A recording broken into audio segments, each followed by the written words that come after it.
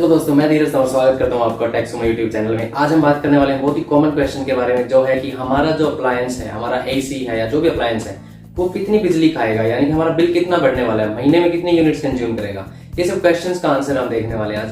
दोस्तों, आपने कभी नोटिस किया हो तो जो हमारे अप्लायंसेज होते हैं ना, उनकी एक वाटेज डिफाइंड होती है, यानी कि कितने वाट का वो अप्लायंस है।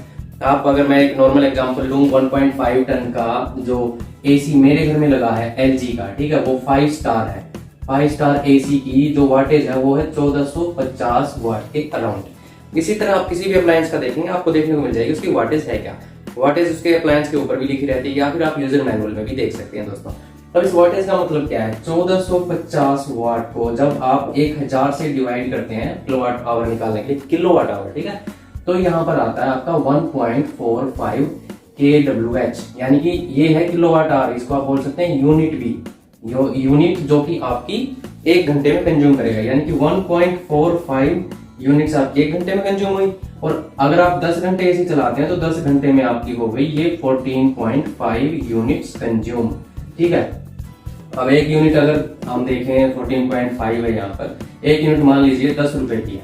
हर एरिया में अलग है, कहीं पर कम है, कहीं पर ज्यादा है, आप अपने एरिया के हिसाब से कैलकुलेट कर लेंगे। अगर यूनिट 10 घंटे एसी चल रहा है हमारा, 1.45 1450 वाट का एसी है, 10 घंटे चल रहा है दिन में, तो वो 14.5 यूनिट कंज्यूम करेगा। और 14.5 यूनिट को अगर हम 10 रुपए यूनिट के हिसाब से कैलकुलेशन करें तो हमारे हो गए 145 रुपए। यहाँ पर 145 रुपए आपके एक दिन में ये कंजम्पशन यहाँ पर कर लेगा, ठीक है, अगर 10 रुपए यूनिट है। इसको फिर आप 145 को अगर आप 30 से कर दो मल्टीप्लाई, या फिर आप यहाँ पर 1 ईयर का पूरा निकाल दें, या फिर 2 महीने का या 1 हफ्ते का निकाल दें, 7 से कर दीजिए, वो मल्टीप्लाई करके आप निकाल सकते हैं कि कितनी उसकी कंजम्पशन आने वाली है।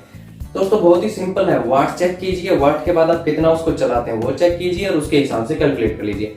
लेकिन यहाँ पर एक कैच और भी है कि जब ये 1.5 टन का एलजी 5 स्टार एसी जैसे या फिर कोई भी एसी जब चलता है 1450 वाट की कैपेसिटी, यानी कि वाट आवर इसकी कंजम्पशन के हिसाब से, हमेशा 1450 वाट नहीं ले रहा होता है। जिस टाइम कंप्रेसर बंद होता है या कंप्रेसर लो कैपेसिटी पे चल रहा होता है, बिकॉज ऑफ अचीव टेम्परेचर, यानी कि टेम्परेचर उसने अचीव कर लिया, उसके बाद अगर आपका इन्वर्टर एसी है तो उसकी कंप्रेसर की जो स्पीड है वो कम हो जाएगी, कम कैपेसिटी पे वो चलेगा।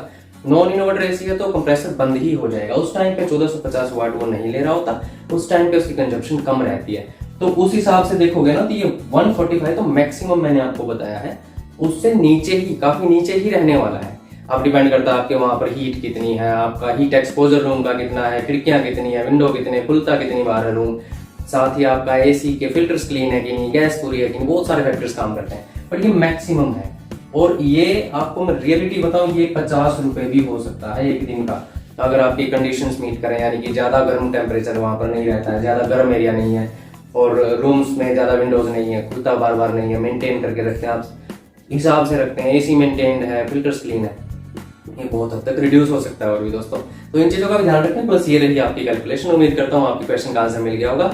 अगर आप नए सब्सक्राइब कर लीजिएगा, लाइक कीजिएगा और मुझे कमेंट करके जरूर बताइए दोस्तों कि मेरी वीडियो कैसी लगी। प्रोत्साहन है मेरे लिए, आप सपोर्ट करेंगे तो ही मैं आगे बढ़ पाऊंगा। बहुत बहुत धन्यवाद, मिलते हैं एक और वीडियो में। नमस्कार।